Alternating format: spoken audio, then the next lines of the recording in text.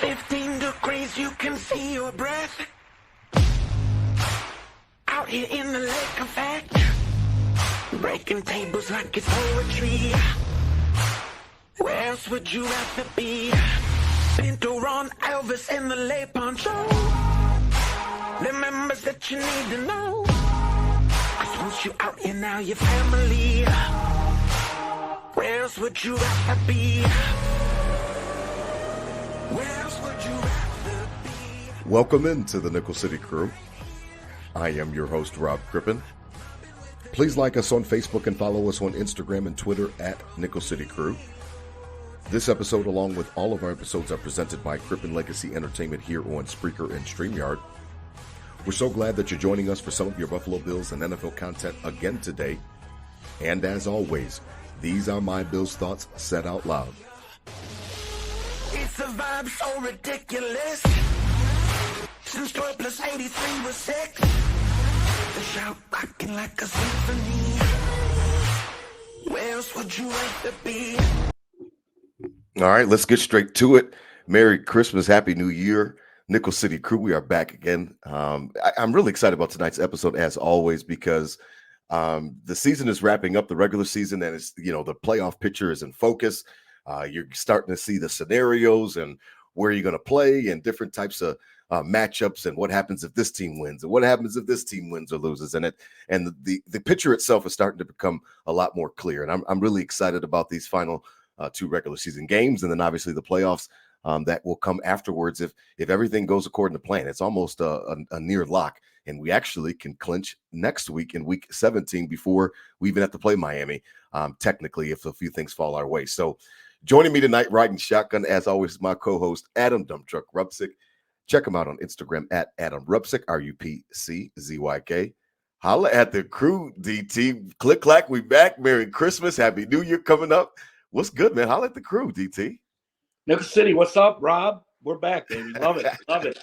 Had a great Christmas weekend. Good holiday. Hope you and your family, did as well. And everybody out there in the crew, hope it was well. And we bring in the new year right. New Year's Eve, getting ready to rock and roll. So, in the holiday season, you kind of, I guess you don't forget because it happens every year. But, this is the heat of the season, baby. This is what we play for. This is what it all kind of comes down to. And, a few short weeks ago, we're talking in the teens, percentage-wise, and now it's, well over 90. So done our job up until now. Let's finish the job. Yeah, let's finish strong for sure because, two games remaining, and it's kind of all laid out in front of us. Again, the Bills will go up against New England on Sunday, the regular season home finale, and then again travel to South Beach to face the Miami Dolphins week 18 for the last game of the year. And it's funny because there were some scenarios I saw out there, DT, where if we win and take care of business on Sunday in the home finale, we could get another home game. I saw some scenarios where we could get the 2 seed if we beat Miami and some other things go the right way next week in week 18. So I'm not trying to jump ahead of or anything like that, but it's been very exciting just watching and seeing the different permutations, seeing how everything is kind of fitting together. And it's almost like a puzzle. And now it's starting to become a little bit clearer. And the Bills should be in the playoffs. As long as we don't stumble, there's even a chance that if we lose to New England, we could still make the playoffs. But I don't even want to think about that. But before we get to that, we'll wrap up on Saturday night's game, DT, because it was an interesting one. And I know that we had talked about it. That's why I labeled the actual episode the way that I did, was because we had talked about it last week that we're not really into the style points thing anymore at this time of year. However, it's okay to be, critical, and it's okay to kind of look and take a 30,000-foot view. Bills win 24-22 over the LA Chargers in SoFi Stadium, and it was tougher than we thought it was going to be, DT. I know for sure I was expecting, at least that coach bump to wear off by first series, second series, or something like that. Easton Stick did not look bewildered. He wasn't fumbling the ball or anything like he was that week prior, and they looked okay. They were in the lead. They had a lead on the Bills late in the game. So you give them full marks there for showing up and being professionals and playing that game, DT, because they had me nervous a little bit in the fourth quarter. I would be lying if I told you I wasn't. They dominated the game, Rob. They beat us in the turnover battle. They beat us in time of possession. They beat us in first downs. All the things you kind of strive to do to make a textbook victory, They did. Yeah. And, with the better team prevailed and we made the plays down the stretch we needed to, but it didn't come easy. A slow start. And we've seen it from this team a lot, home and away, more so away, than home recently. But when they go over to England, granted, LA isn't an England trip, but still a time difference, still a lot going on, and you kind of got to go get adjusted over there. And you're playing on a short week at night, everything's kind of different. And they came out and really stuck it to us. And granted, we made some good plays down the stretch to get it done, but credit to the Chargers, man. If that was a better team, I think we would have been in some trouble, but it wasn't. And as Josh said it 2 weeks ago, in that Kansas City win, survive and advance. And, that's what they're doing. This team is playoff mentality right now, getting it done, chopping them off one at a time. And boy, did we need that one. It really would have stunk for the Christmas season to go in and Sunday, all day eating cookies, eating prime rib on Christmas Eve and cheering for games to happen when they wouldn't have mattered really if the Bills would have lost that one. So they saved Christmas. Yeah, the Bills did save Christmas on that one because it would have been absolutely horrific. You're absolutely right about that had they not pulled out that game. And that's kind of what I came away with it. That's why I labeled the episode the way that I did. That just, the style points are cool. They make us feel cozy and fun and nice and warm, but they really don't matter at this point in time of the year. Now, yes, you do want to be playing your best football going into the playoffs. And I understand that whole premise. And I agree with that. You do want to be playing your best football. However, there is a level of NCAA tournament March Madness to this time of year, DT, as you spoke to. And it's just the style points are fun, but it's not anything that I can lean back on at this point in time because I really don't care. I just want the Bills to keep playing. We've got 6 games left, if you include the playoffs, to get, a Super Bowl ring. And it's going to be tough to do it. And I understand that this may not be the year that everybody thought that they would get it done. However, it's an opportunity that's in front of us either way. I mean, whether you believe it or you don't believe it, the players need to believe it. The players need to understand that they have a great opportunity in front of them. And nothing is going to be given to them. I think that they are in that playoff mode, DT. I think that you spoke to that correctly. They are. It seems like they're locked in on that. They understand that this is it.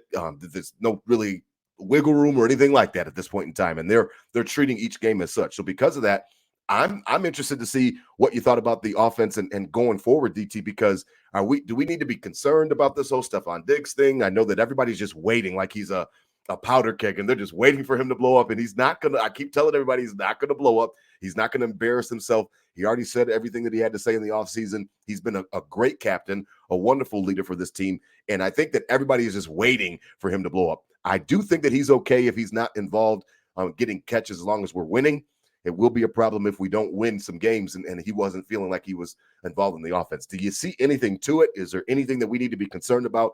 Gabe Davis pops back up last week. I mean, for the first time in weeks and weeks. And I know Dalton Kincaid has kind of cooled off. DT, what are you thinking about the offense, the weapons, as we go into these final 2 games? Because I know that it's going to be important. And it's been a topic that I've heard on GR all week long about Stephon Diggs and his temperament. And is he going to be okay with this going forward? Yeah, you said it. I mean, if they were losing and he wasn't getting targets, it'd be different because he would be pissed because he thinks he's the best shot, for us to win games, right? That's why he has that passion about him. And every time you've ever seen him blow up on the sideline, it was because, a loss situation. It wasn't when we were winning and he was crying for targets or anything like that. Nope. And that's the notion, this narrative in the media that everybody wants and everyone needs. The Eagles game, they were like showing him on the sideline over and over and over again, waiting for him to blow up. Waiting for him to blow up. And he was the most consistent teammate, getting in everyone, getting ready to go, getting ready to rock. And if they were losing, it'd be a different story. I think he would be getting a little more hyped up, but because he thinks he would help them win, right? And they're winning, and he's not getting 100 yards a game, but he's still leading the team in targets, still leads the team in receptions. He had 5 catches the other night. Gabe Davis only had 4. So he did have the most receptions on the team. It was only for 29 yards, but a few of them were really big catches. And we say it's a game of inches. And the Jacksonville game, we really saw it. A few tips here and there didn't go our way. And, and it led to, getting down. In this case, the same type of deal. That one Allen missed to Diggs over the middle. Diggs probably had an 80-yard run after that. There was nobody past the corner, and he just kind of threw it over him on that 3rd down. And that's a couple inches Diggs has over 100, has 130 yards in that game, and we still probably only, we win by a touchdown or two or whatever it is, and it's still in the same boat. So The I think margins are slim. everyone's professional enough to know that, he's our best receiver on the team. He's our leader on the team. But if we're winning, who cares? But I think we've proven it that if we do need to, just strictly start going to him and feeding him, they can do it. Oh, yeah. Josh even alluded to it after the game and said that he thought he made the biggest play on that 1 3rd down to kind of ice the game. And I mean, we know that Josh will throw to him. We know that he said when game was on the line, 14's my guy. And he said, I think everybody in the league knows that. And I do think that opponents know that, and they understand that they've been doing, their own version of bracket coveraging and do different things like that, trying to force other guys to beat them. And I understand that whole philosophy. I just wanted to get your thoughts on it because I know that it's a little buzz topic, and it's just funny to me. I love Diggs, and we've been some of his biggest staunchest defenders, and they're waiting. They want him to do something. They want to be able to feed into that narrative that this guy is a malcontent of some sort, and I just don't see it that way. They did the Buffalo Bills behind the scenes, and you hear him talking to Josh Allen at the end of the game. He's telling Josh that you're good, we're going to win the game, and things like that. And again, it's always like Diggs is the steadying presence for 17. 17 needs him so much more than people even realize because of the fact that he keeps everything steady in that respect. He brings the energy and the juice to start the game, gets everybody riled up. Again, we talked about it, who was ready to go out. And that DeMar Hamlin game, it was Stephon Diggs who was trying to rally the troops, had the Bills had to come back out and play that game. So he's always seems to have his pulse on the finger of the team, especially the offense. And, it'll be interesting to see because as long as we win, I think that you're not going to hear anything all the way to a parade. And that's fine for me as well. Now, switching sides to the defense, DT. I mean, we talked about it a little bit last week, but, Sean McDermott's defense is holding up. And now we've got maybe some more great Christmas presents with your boy Day coming back. I mean, he's in this 21-day window. He's practicing. He's trying to do what he can do to get back on the field. What kind of shot in the arm would it be for DeCon Jones to get back before the season is out? Because I think that it's kind of trending towards we should see him at least for Miami. Maybe not Sunday against the Patriots, but I think we'll see him in South Beach, man. It's looking like it, when it's been quiet on the Western front or the Eastern front, if you will, over here. I'm not saying I'm a chef or insider or anything, but I do kind of have, I have my finger on the pulse in this situation a little more than others. And sure, since the injury, it was kind of quiet in the Bills organization, and it was quiet with Jones as well. I mean, I reached out to my boy Kev a few times, like, yo, has Daquan said anything? Is he coming back? What's the deal? And he's like, nah, he's been ghost since Jacksonville. So right. I think he kind of just hibernated in, and they didn't want to, give a timeline because there was probably a possibility of him coming back. Sure. And, it's working to the fact that he is. If they wouldn't have activated him off the 21-day, if they didn't think he had a chance. And, right. It's going to be interesting this week because they just did elevate Kaiir Elam, today, brought him onto the 53. So if they did bring Jones up, they'd have to bump somebody off, right? And that's a debate on who that will be and everything between. And if you're bringing somebody who's been inactive most of the year and Kaiir Elam, bringing him onto the roster, it probably means he's playing this week. It's probably pushing Jones to next week, or maybe first round of playoffs. But with that 21-day practice window, he could play in either. And it's really, that's a tough injury, Rob, right? You're talking, especially on the defensive line. Yeah. Like that's a pectoral. Yeah, that's all you use. You're pushing, pulling, and swimming and ripping. Yeah. And, so I wasn't optimistic that he would be back this year, but, it would lead to, I think, huge dividends if he did come back and play for this team. And maybe the Miami game would be a good warm-up.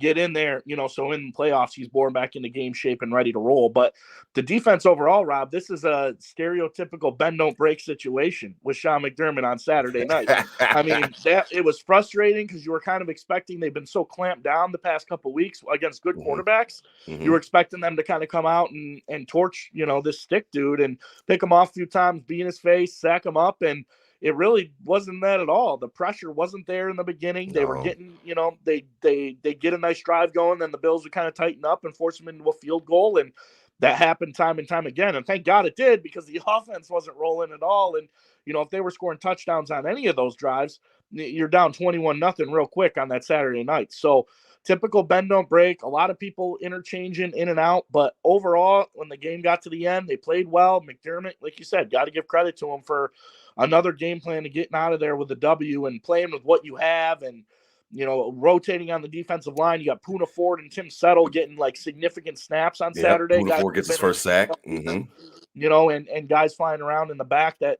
aren't usually there too. So it's weird. It's a chameleon defense, but at the end of the day, it's that bend don't break mentality that McDermott has preached since the time he got there, and they held in enough to get the dub, but it was in the beginning it was definitely like you felt you couldn't get off the field. It felt like we didn't have any pressure. It didn't feel. It always feels worse than it is, right? Yeah. I mean, you're absolutely right about that. But the pressure point was something that I really did see, and I took the time on this game to really honestly focus in on Von, because you hear people talking all the time, and he's a shell of himself, and he's not providing any pressure or anything like that. And I noticed that the stats weren't there, anything like that. And I thought for a little while, I'll be honest, DT, I thought that maybe it was people piling on because of his own personal situation with his girlfriend, and and that's not the first time that they've been through stuff. So I mean, I stay out of people's business. You already know where I sit on Josh Allen and everything like that. So we'll stay out of people's business and keep things on the field. On the field, I sat and watched him specifically on Sunday, and it was not good, DT. I mean, a lot of starting the play, and then if the play is going away from him, no pursuit, no nothing, like almost like stopping. There was a few times I just watched him and he was just kind of stopping on the play. Not that he was going to get a sack or anything like that, but just the motor, it doesn't seem to be there. So either I'm wondering if it's confidence in the knee. I'm wondering if he's just washed. I mean, defensive ends can play well over 30 in this league. We've seen it before. Offensive tackles and defensive ends have some of the longer careers that you can have, especially if you can keep your athleticism. I understand that there was a big injury, DT. He a shell of himself is different, because now it's like I don't even know if he should be on the field in the playoffs, because again, if we're keeping everything 100 and we're keeping it all real, I mean, if it's style points be damned, I don't care if it's AJ Epinesa out there, who we're critical of in the beginning of the year. He's having his best year ever. I don't care if it's Rousseau. I don't care if it's Floyd. I need consistent pressure. I need somebody that's going to move that pocket, move those quarterbacks off of their spots, whether it's Tua, whether it's Lamar Jackson, whoever the case may be, Joe Flacco, who's a statue. I need those guys to move off their platform. And if Von can't get there, DT, I think it's a problem if you're having him on the field just because of his contract. I understand the contract. However, this is not like that's why I named the episode the way I did. It's time to throw all that shit out the window. I don't care about your contract. We'll deal with that next year. Right now, I need wins, and if it might be a situation we have to bench him, man. I know that's crazy to say. Yeah. I know how excited we were, but I mean, he doesn't look good out there, DT. I watched him a lot today. True, but what about the remorse on that, right? And I don't think Sean McDermott's willing to face that. He with the most critical we've been in Sean McDermott is that you mean like the pushback from the fans? Big moments, and he doesn't want to do anything. He would rather do stuff to not be wrong than stuff to be right. Right. Okay. And if he starts getting into a situation where he's not playing Von Miller, and then down the stretch, we need a stop and we don't get it, and Von Miller's not in the game, he's open to criticism on that, right? From the mafia, from everybody. You're paying this dude $100 million to sack the quarterback, and he's not on the field on a third down, Okay. So you're completely right. He's not producing, and he hasn't produced all year, and he really hasn't showing any signs of changing that. It's not like he's been gradually ramping up week by week and getting better and better. It's just he kind of just has been blah since he's been back. So I agree. I think you've got to put the best players out there to give yourself a chance. But I don't think McDermott. You don't think he has the kahunas to do it? I don't think he's got big enough balls to not play him. And then if something were to happen and they didn't get pressure when they needed and lost a game down the stretch in the playoffs, and Von Miller wasn't on the field, he's got to say, Von Miller, my $100 million pass rusher, wasn't on the field. Yeah, DT, but I mean, it's tough because I'm watching him now, and he's not, he's on the field not doing anything. So that's it. That's an interesting take, because I'm worried about it the other way, that he doesn't provide pressure, and then it's why didn't you have Floyd in there? Why didn't you give AJ Epinesa an opportunity or something like that? Why didn't you run the NASCAR package and kick Greg Rousseau inside and let him go with Ed Oliver, and then just put all of your best pass rushers on the field? So I'm looking at it in the opposite direction, that he's got to be accountable to the defense, not just one guy. Sure. And if they're watching film like we're watching, obviously we're what's the conversation? What's the conversation in house on this, Rob?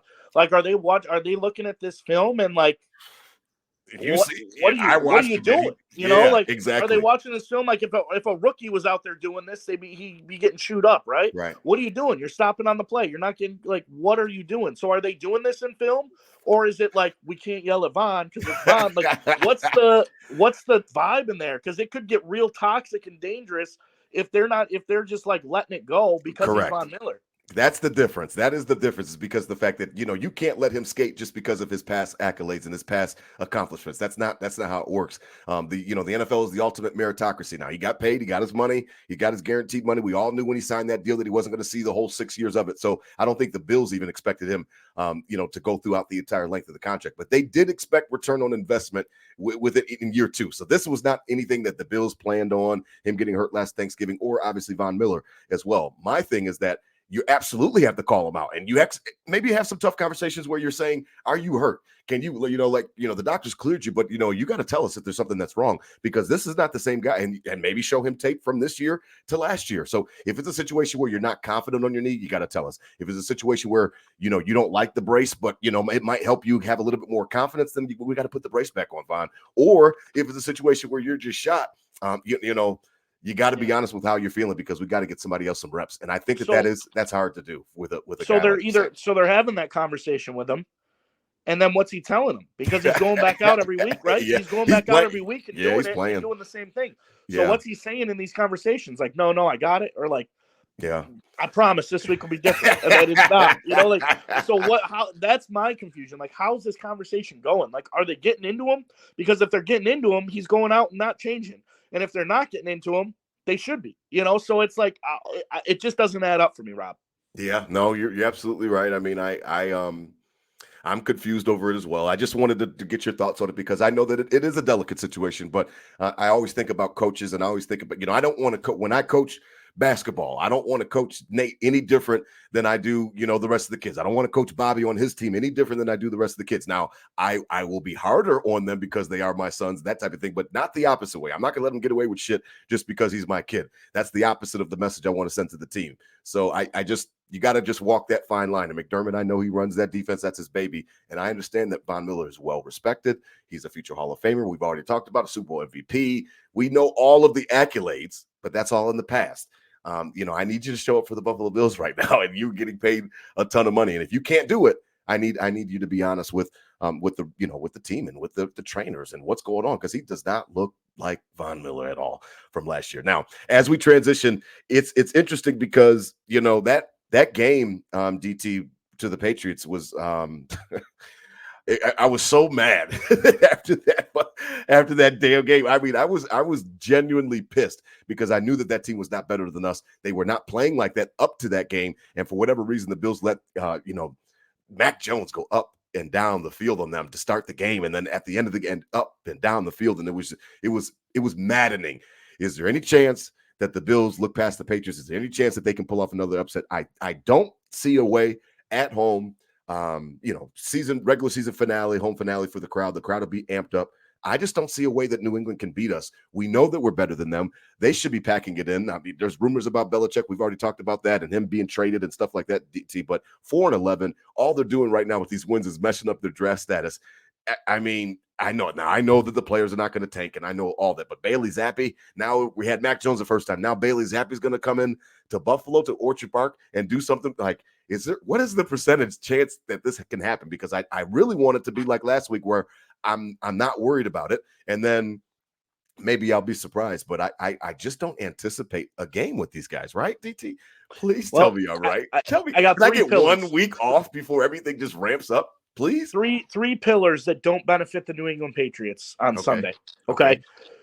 You have the first factor of the team itself, of beating us, earlier in the season in a BS game, a game we shouldn't have lost, a game that was just ugly from the start. Mac Jones looking great, doing the bullshit gritty on us after they win, and at the end of the game, and having to fly back to Buffalo on a loss, like after you just took that Jacksonville loss that you probably shouldn't have taken, and then you get smacked in the face with this Patriots loss, and that's when the real, when a fishing boat, when a fish catches on and that reel just goes zzz, that's when it kind of started with this season, and the unrailing, and our criticism of everyone and the team itself, the the dark ages of that middle season. That's kind of when it was really live. And, so one, the team's going to come back and want to get that repayment for that. They've known they have the confidence, that they're a Super Bowl contender, and those last 3 weeks of them winning these games has kind of proven that back into reality. Mm-hmm. And it's just another step to get to the final goal here. So I think they're focused in, and they want to repay the Patriots with a big loss. Yeah. Second pillar. Okay. Mafia, us, Nickel City Crew. This is not only is it our favorite 1:00 kickoff.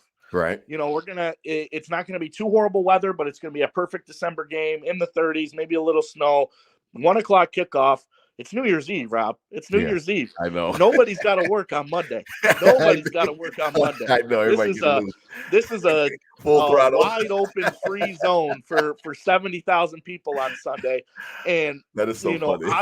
You usually see a few Patriots fans out there. I doubt you see a lot of them on Sunday because one, their team stinks, and two, they know the Mafia is going to have a little more edge on them than they usually do. Okay. Yeah. Why would you want to travel all the way up here for that? Yeah. No way. Yep. Exactly. Number 3 is, and I'm not saying Vegas has a script to the NFL or anything like that, but this is a beautiful thing for Vegas right now because last week they put the Bills as a 13-point favorite. Bills are kind of on fire. The Chargers look horrible. They get 63 on them, so the public was probably pretty heavy on taking the Bills with those points last week. Okay. So the public takes the Bills with the points. Vegas makes out because the Chargers cover. They are on the upper hand of that. They come back the next week, throw another give you the same one. Yep, another double point spread, and the public goes, well, geez, the Bills can't beat these close teams. Let's start betting the Patriots plus 11, and this is the game the Bills go in and beat them by 40. So those are my 3 pillars of I don't think New England has a chance because of that. The team itself getting redemption, the Mafia on some holiday spirit, if you will, and Vegas hardly ever loses, and this is a nice trap they're going to put everybody into on Sunday. I love it. I love those 3 pillars right there, DT. Very, very well done where you broke that down. I mean, it'll be interesting. I know for sure about the first 2 that they're going to be factors as well because of the fact that the Mafia is going to be juiced up. And the team's not that good. I mean, they're just not. I mean, that was an anomaly. We should have never lost that game. I just still get upset even thinking about it because it was a nice sunny day in New England, and I was there, and then I had I had watching the game in the garage, and then I had told you that was the birthday party day, so I'm just sitting in the garage watching that game before I go pick up Bobby, and I just was so mad that day. So I don't want any dumb shit on Sunday. And I can't wait for the game because it's going to be a big one. Now, again, I've told you before, technically we can still make the playoffs, even if we lose it. But I don't even want to go down that road. It seems like most scenarios, the way that they're setting up DT is just win this game, and then it's for the division next week as long as Baltimore can beat Miami. Now, that's going to be an intriguing game to watch. Baltimore looks great. They just dismantled the Niners, 4 picks for Brock Purdy. So, anything can happen. And I definitely expect them to take care of Miami at home and make Miami, put them in a situation where they've got to sweat for something. Now, they've been coasting this year, and the Bills had their struggles like we talked about in the middle of the season. And this might be the first time that Miami's feeling a little bit of heat. So if they go on the road to Baltimore and don't, squeeze it out, DT, I mean, it's on like Donkey Kong. Like I can't wait for that next week and see what those vibes will be like down there in South Beach, because the fact that's just a rivalry renewed, man. Like that's just Kelly Marino, like it's all over again, with Tua going against Josh Allen for all the marbles. I mean, I'm really excited to see if Baltimore can pull this game out because it sets it up really beautifully. And that makes this game with the Patriots kind of really important, right, Rob? Oh, take care of your business. You win this game, it's a win-win for you going into the Week 18. Yes. You win this game and the Dolphins win, they're probably resting their starters because they've locked up the 2 and they it is what it is. Okay. Very true. So they're resting their starters, and you go into the final week, and you can probably get them while they're down. And the way that might shape out is you might have them go back. Yeah, you might have them back to back because you'll have that 7th loss and be that 7th seed. Mm-hmm. So whatever in that regard. They lose, you go in there and you got a chance for the division and the 2. And so beating the Patriots is huge because whatever happens with the Dolphins, beating the Patriots makes it a win-win, as the Bills. But the Dolphins are, man, they're annoying, man. They're good. They're not. They're good. Yeah. And they are good. And McDaniel is good. And Their fans you are got to give them annoying. respect, but they're just always trying to be validated. Yes. They're just crying for respect and crying for respect. And it's like, okay, I get it. But if you go and you lose to the Ravens and the Bills come in and beat you and you for the division, what respect? You don't deserve it. You don't Yeah. deserve the respect. So Colin I'm Cowherd had sick a of them great coming line in on after that. they Yeah. hung 70 on Denver with the emojis of the, like, why are we underdogs against the Bills? That's weird. And then the Bills, murder them. Yeah. So I'm sick of the Dolphins. I would love to beat them for the division at their place and take that 2 seed and get that home game and Yeah, that'd be get the crazy. tailgate back and, That'd be do crazy. it like we should be. But, it is what it is at this time. And it's a rivalry either way because you're going to have to play them twice. But you always got to play them once in week 18. So I think this Patriots game's huge because if we can win this game, it makes whatever happens with the Dolphins a little less relevant. Yeah, no, you're absolutely right about that, and it'll be interesting to see because just I can't stand them either, and I've got Dolphin fans that I know, and that they're annoying, and what I mean, they're always just needling at you, just like you're absolutely right. It is a little bit of a Rodney Dangerfield, vibe to them, and they always want to be validated. They always want respect, and no respect, I tell you, and like you haven't done shit. Colin Cowherd talked about it, and it was a great rant. He's talking about how they want respect and they haven't done anything in 26 years. So I understand that's a long time to be irrelevant in that respect. They have never been horrible and they've never been good enough. They kind of been like the drought Bills. So because of that, I can only take so much of their bravado because they are very braggadocious. They're the fast sports car, period, man. That you hear it coming streaming down the street and you can hear the exhaust and it looks cool and it's fast and but it's like, damn, like my kids are sleeping. Like, shut that shit up. Like, you know what I mean? And that's kind of how they are. Like, just hush for a little bit. And they don't want to shut up. And watching them a little more intently on Sunday when they played the Cowboys, I watched that game start to finish, every minute of it, on Christmas Eve to hope for the Cowboys to beat them and snag them that loss. And that game didn't give me respect for the Dolphins for winning it. It gave me disrespect for the Cowboys. Like, for man, losing it, yeah. Like, come on, Dak Prescott. Like, what are you Fumbling doing, on the dude? one, yeah. Like, so I don't get it. That game in no way, shape, or form, other than their kicker that made like 4 50-yard kicks. Other than that, it didn't let me gain any respect for the Dolphins. It made me disrespect the Cowboys more for doing that. And, and that's the first Dolphins game other than the Bills one I watched top to bottom. Right. So this team is who they are. They've earned their wins. They've only beat one team over 500. They got a buzzsaw on the Ravens coming in, and we won't be able to see it. It's at 1:00, right, which is. But I'm sure they're going to give us some updates. Yeah, I can't believe the NFL did that on all these crazy scheduling things they have, and then they put one of the biggest games at 1:00. But we can hope, looking up at the out-of-town scoreboard, that we see the Ravens up on them and go from there. Yeah, absolutely. Now, as we begin to wrap up, it's going to be funny because I can't wait, to be the last, again, regular season finale. Again, hopefully there's some ways that we can get another tailgate together, DT. But if you're looking for it, head on over to 26shirts.com, please. All of their actual proceeds, a portion of the proceeds go to families that are in need, that need it around this holiday time. They've got great theme t-shirt concepts. So again, head on over to 26shirts.com. They are presenting tonight's episode on Buffalo Fanbase, the official Bills Mafia podcast network. DT, the Nickel City Crew tailgate report. I mean, Christmas was great, and I hope it was for you too. I know we talked a little bit pre-show, but Christmas was great.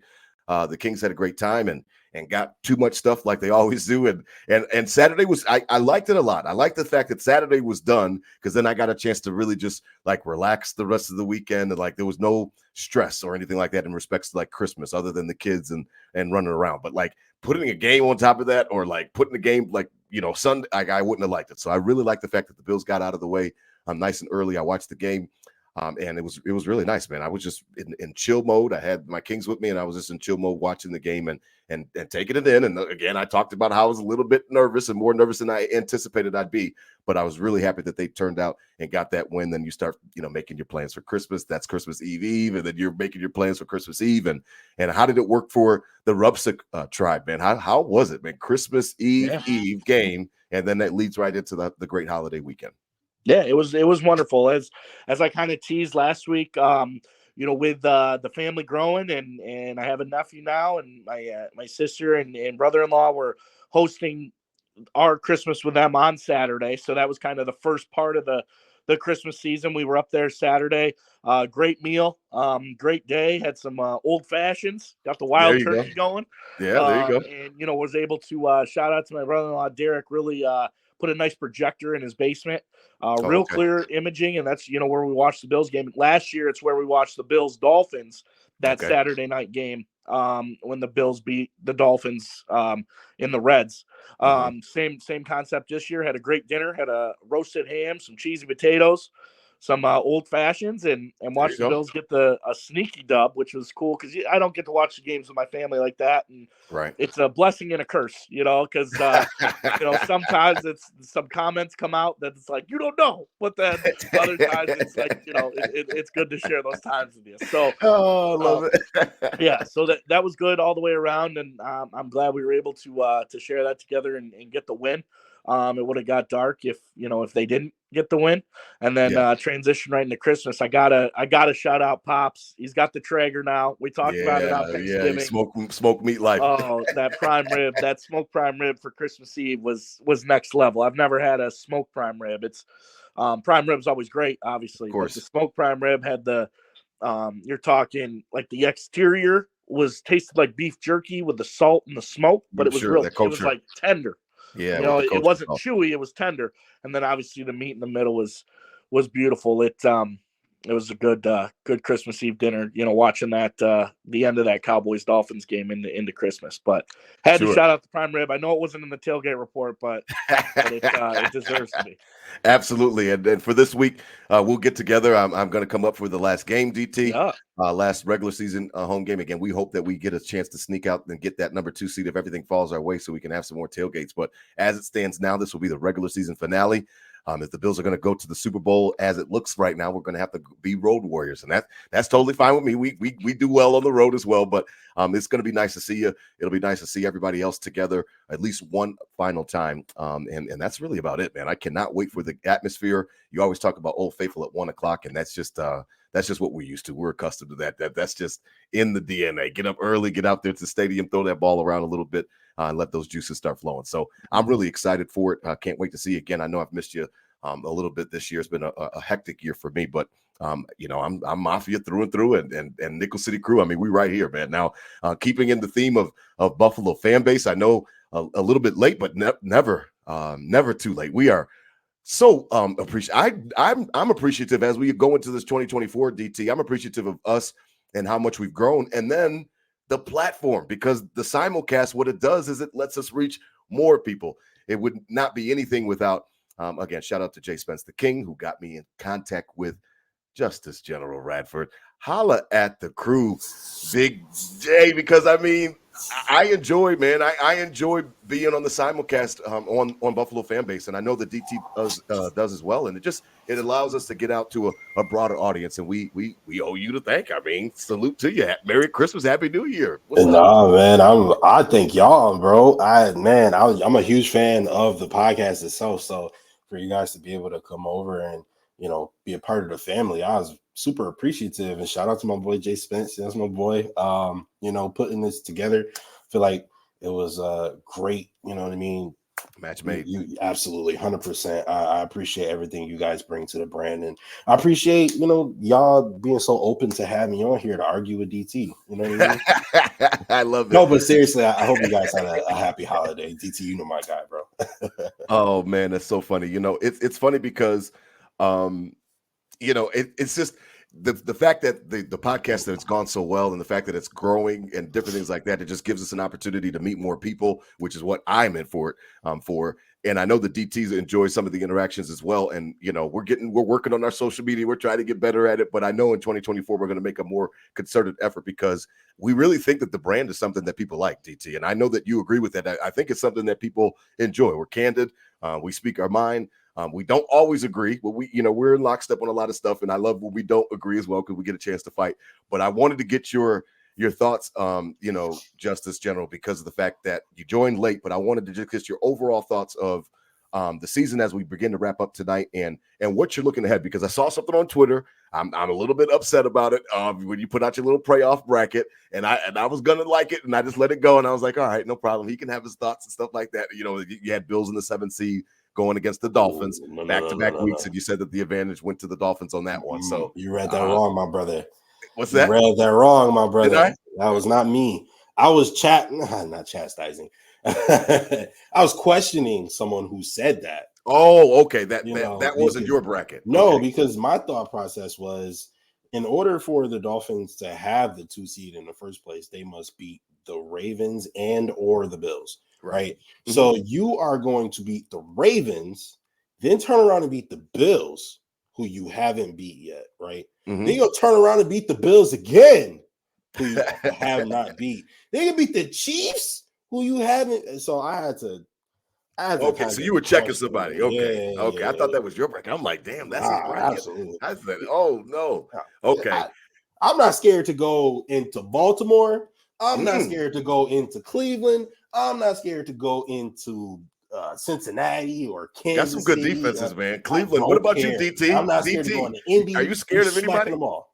Are you scared of anybody, DT? No, I mean, I would say if I had to pick one to be scared of, what's the scariest Baltimore. Team? Yeah, it'd be Baltimore. They're the most. I think they're the most well-rounded. They're the San Fran of the AFC. Granted, they just beat the brakes off San Fran, but they're just well-rounded in all facets. Lamar's starting to feel himself. They got the rookie wide receiver who did not playing like a rookie. Odell's still showing flashes of being Odell. Their line's good defensively. They're kind of stacked and all.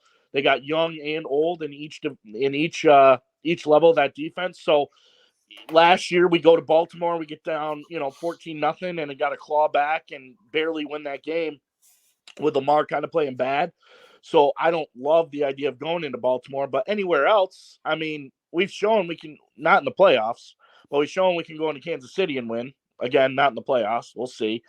The Dolphins haven't shown, like Colin Cowherd said, the Dolphins haven't done anything in 20 years, so why would we be scared to go into them? No, Jacksonville would be a revenge game. If it's not Jacksonville and it's Indy, Lucas Oil is not as I think J.J. Watt was talking about it last week. It was called the Loud House. He's like, who calls it the Loud House? It's definitely not the Loud House. And anywhere else in that order, it's just nobody really scares me. So Baltimore would be the one that scares me the most. But other than that, if we get the 2 seed and don't have to go there until the AFC Championship anyway. Yeah, I mean, Cleveland has a great D, though, Justice. I mean, Cleveland's got a great D, and Myles Garrett is a man, Justice. Like he's a we wouldn't man. have to go to Cleveland. No, I mean, no, not if we get the 2 seed, but if we get if we're the 7th seed or 6th seed, then it could be some tough sledding, Justice. So nobody, you're just that confident. I know you always exude confidence, but I mean, Baltimore, that wasn't impressive. Seeing how they laid this back on no. See, I don't want that to get misconstrued. I'm not going to sit here and lie to you and say that wasn't impressive, because it was impressive as hell.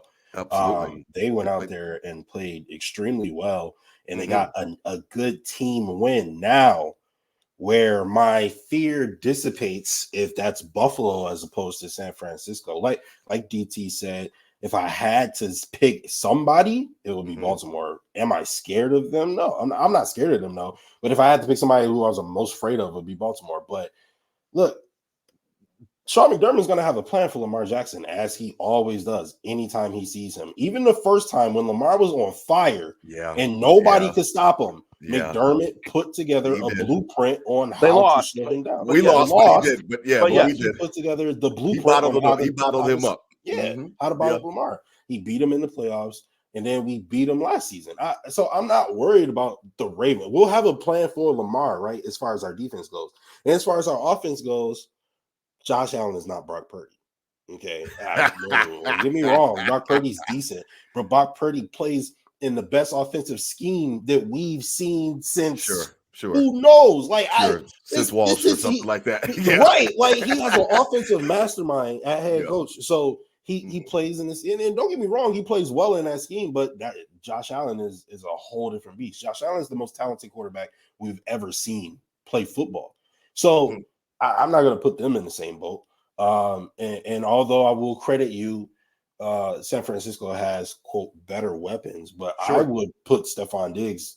I would take Stephon Diggs over Deebo Samuel.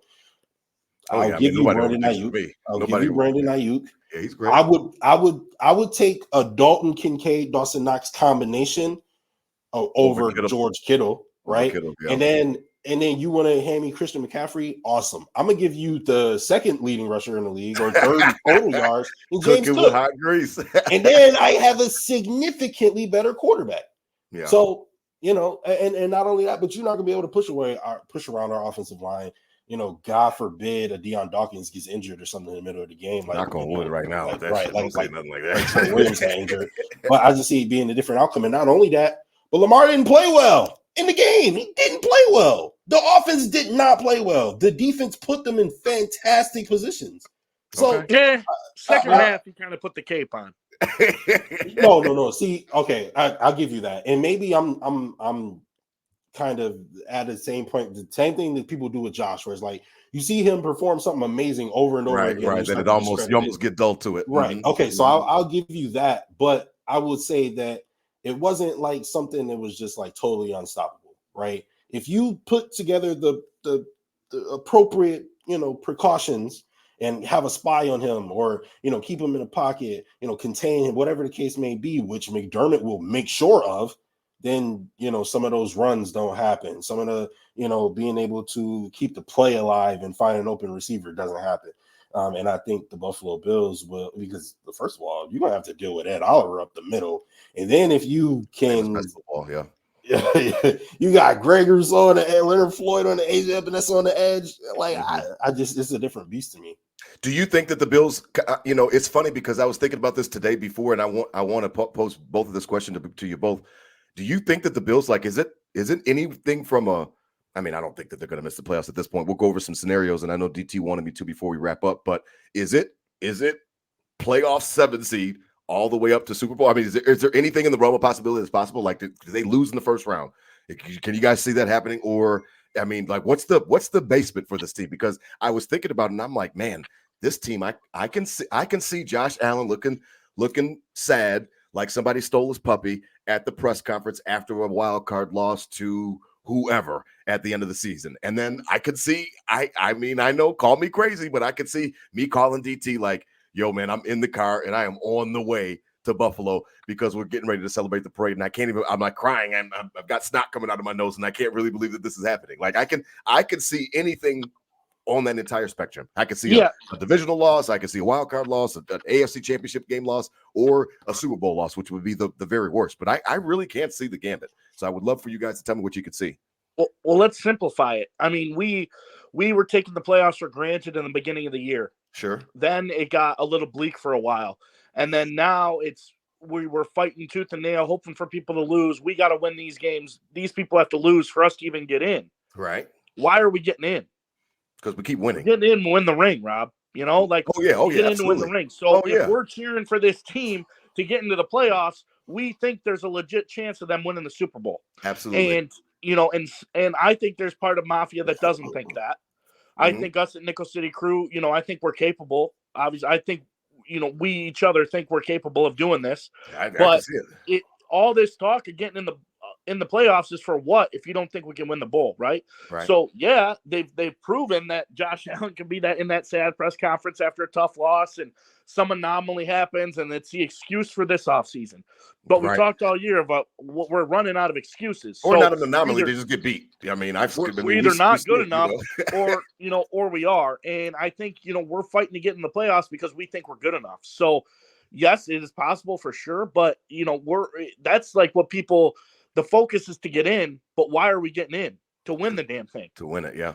What about you, Justus? Do you see confetti falling all the way up, or even a wild card loss? Like, beating a team twice is hard. So maybe the Bills win week 18, like DT and I had laid out a scenario earlier where if they lose, then they're, if they beat the Ravens and they're already resting their starters week 18. So Bills go down to South Beach, get a nice little easy win. We're, the 7th seed, and we got to go back on the road anyway to Miami.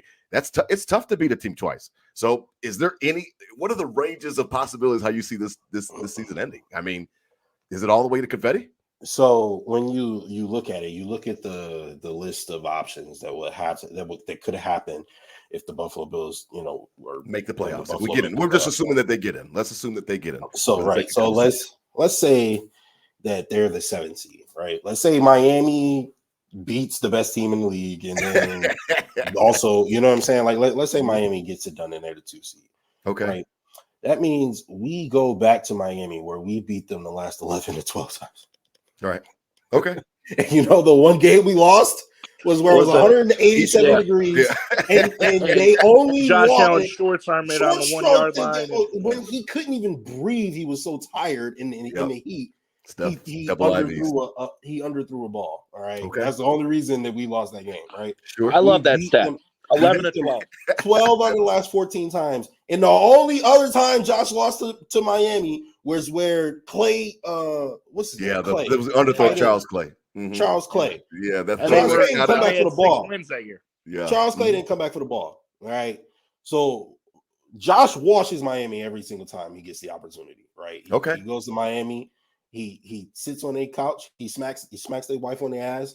He eats all the food on Miami's plate every time. Okay. Right? No problem. So then, what happened the last time we went to KC? Excuse me. What happened the last 2 times we went to KC? We won. I mean, we won. No, it's Allenhead. All right. So I ain't worried about KC. We going to Allenhead. Shout out DT. We going to Allenhead, and we gonna get it done either way, right? Or we see Jacksonville, who suck now. We see the Colts, who got we would walk all over the Colts. Or we get a Houston, who would scare me a little bit. I'm not gonna lie to you, especially if CJ Stroud is healthy. Would scare me a little bit, but I wouldn't be worried about it, right? I don't think their defense is good enough to shut down Josh. Name one player on their defense. I can't name one player on their defense. Stingley. That's what I'm saying. Derek Stingley Jr., yes, for sure. He's a dog. Will Anderson, he's a dog. So I think Houston, just by way of, Stroud may be able to do some things. And we've seen some weird games with them anyway. We gave up a 16-point lead when Josh was a baby coming into the league. So we've seen some weird shit anyway. It's a different team, but that's a good point. Absolutely. Yeah, we've seen weird stuff. So so you can see it all the way to confetti. You could see confetti. I'm trying to look at the AFC and I'm trying to see what team do I think, because we know that there's 2 Bills teams, right? There's Dr. Jekyll and Mr. Hyde, right? Absolutely. When you get Dr. Jekyll, you lose to the Jets. When you get Mr. Hyde, you blow out the Cowboys. You blow out the Dolphins, right? Right. And we usually get Mr. Hyde when the Bills have a team that they see as, all right, they're equal. We gotta buckle down. We gotta buckle down and get it done, right? Mm-hmm. Playoff always gotta buckle down and get it done. All right. Ain't no more comebacks in the snow, right? Ken Dorsey's gone, right? Joe Brady has shown to be a competent offensive coordinator, game flow manager, and play caller, right? Yep. So I don't see any team in the AFC that would be able to slow down the Bills' offense enough and put enough points on the board to be able to get it done. Cleveland would slow down the offense, but Joe Flacco is not putting points on the board, okay? Baltimore's defense is number 1, I think, in DVOA. I think they're like the best defense in the league. No, they for sure are. And I think they ain't played Josh all season.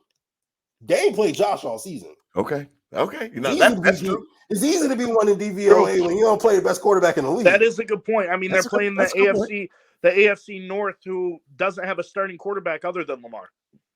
Yeah, right. Because Cleveland are on their 4th quarterback, right, or 3rd or something like that. Okay. And they played all these teams twice without any of these cats.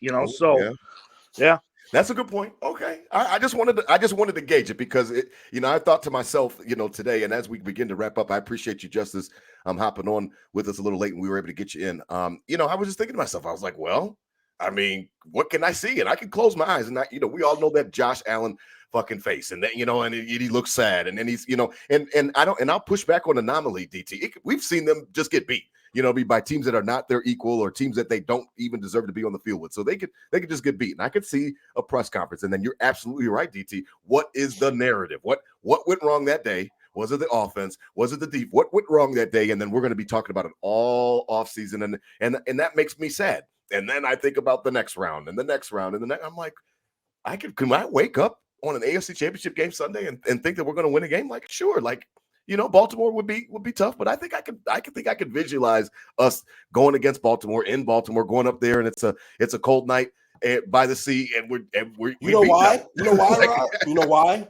Because what do they say? A, that's a great point. B, what do they say every time KC crap the bed? They be like, oh, but they got 15. Oh, but they got Mahomes. But they da. All right, cool. Okay. We got Joshua Patrick Allen. All right. I'm using that same argument because I've seen Josh do it in the playoffs before. Right. Josh don't have a Super Bowl because of Josh. Josh don't have a Super Bowl because his coaches be wilding sometimes. Oh my God, man! Did you see the squib kick? The squib kick that nothing made me more mad, I'll just Chargers. Well, Yeah. Nothing made me more mad because I'm sitting there and I got Quincy in my arms and I'm looking at it and I start to squeeze, like I start to feel my body start to clench. And he's like, "What's wrong, Dad?" I'm like, "This damn coach." Oh, how'd you feel when you saw the wall? 5 seconds came off that clock. 5 seconds, and that was to the up man, but it wasn't like one of the guys in the beginning of it. It was like the second to last guy, the up man. Yeah. So big burly fat guy got it, and he's got to run for a couple quick seconds, and he kneels or whatever he did. Whatever he did, I think he ran it for a second, and then he fell down. It's now 5 seconds on the clock. I'm like 13 minus 5 is 8. I'm like, oh my God, there was been nothing. There is no time to. Hey, Kelsey, do it. There's no time for that shit. You gotta do your best hook and ladder play now. You might have got to half field, but you would have to throw up a Hail Mary after that. Yeah, man. I was so mad. I was like, McDermott. I'm still waiting for him to make that wrong right, man, because and I like this, and I like this answer or whatever, even though I was seething. His answer was like, well, we just want to learn from situations, stuff like that. And that's what I've been asking for him, is that the growth mindset from our coach. So we had a great episode. I'm not gonna backtrack. That was just very interesting. I hope you all noticed that shit, because I definitely noticed that 5 seconds ticked off that clock like it was nothing. I'm like, damn, man, what we asked them to beat us, and our coach helped us. So I will give you that point, Justus, that no, we Josh Allen is talented enough to get the confetti to fall. And I think that's what you're trying to say. And I agree with that. I think that he's good enough to do it. And to echo what DT said as well, you guys are right on the head. Why do you get in? Why do you get in if you don't think that you can win it? You know what I mean? Other than we're not one of those bottom dweller teams that are just going to be happy to be in it. We're past we had a whole episode. We did. We had a whole episode on growing up with your fandom. Growing up on your fandom. This isn't just get in anymore, Rob. That's right. Time to grow up. The parade, the confetti, the rain. This is what it is now. And not only that, but what were we worried about in terms of like last week? Let's say before the Chargers game, when we saw the Bills blow out the Cowboys, right? What were we worried about? We were like, oh, okay, but when we get to the Super Bowl, we're gonna see San Francisco. That was it. Yeah. Right, the Ravens went and walked all over them. That was in Santa Clara, by the way. So the Bills blew the Cowboys out. Even the Dolphins beat the Cowboys. Right? We've seen the Eagles get beat bad by AFC teams. We've seen the San Francisco 49ers now get beat bad by an AFC team. Mm-hmm. Which we thought the NFC was just so much better than the AFC this year, but it turns out. Mm-hmm. They only look better because they're playing crappier competition. AFC is stronger. So the AFC is way stronger. So you tell me that we go through a quote unquote gauntlet, which I still think we're far and away the best team in the AFC right now. If we go through this gauntlet, smack everybody, win a close game against Baltimore, go to the Super Bowl, I think we smack whoever comes across. Oh, well, I love it. I love that energy. I love you guys, man. I appreciate you, Justus General. Check him out on Twitter, Instagram, at JA17MVP. We really appreciate him, the General, running everything over at Buffalo Fan Base. Again, official Bills Mafia podcast network that we are, again, so appreciative. Salute to you, Justus, for allowing us to be over here in simulcast, because we really do appreciate it. It helps with our exposure, and we're looking for big things in 2024. So Merry Christmas to you. Happy New Year, brother. We appreciate you coming on tonight and sharing some of your thoughts. Better late than never, and we appreciate having. We always love chopping it up with you, man. We always love chopping it up with you, man. We really do. DT, I love you, brother, man. I mean, I'll see you, man. My brother from another mother. I will see you. I called him Justice. I called him last week. I said this is my Bills. He's my Bills' best friend. And I said to the step brothers and whatever. Did we just become best friends? Yep. You know what I mean? And I said that he's my Bills' best friend. And I appreciate you, man. Happy holidays to you and your family. And I can't wait to see you, man. I'll see you. We'll chop it up at least one more time for the regular season, and maybe we get lucky and get another tailgate out of it. Love it. Happy holidays. We'll get into the new year. Let's Mafia Nickel City Crew be loud Sunday. Really give it. Nobody's got to work Monday. Let them hear it. Hear it. Absolutely. Everybody let loose. New Year's Eve. Absolutely. As always, these were my Bills thoughts said out loud. Spread love, not hate. Hit them with a Go Bills. Please, both of y'all hit them with a Go Bills. Go Bills. 10-6.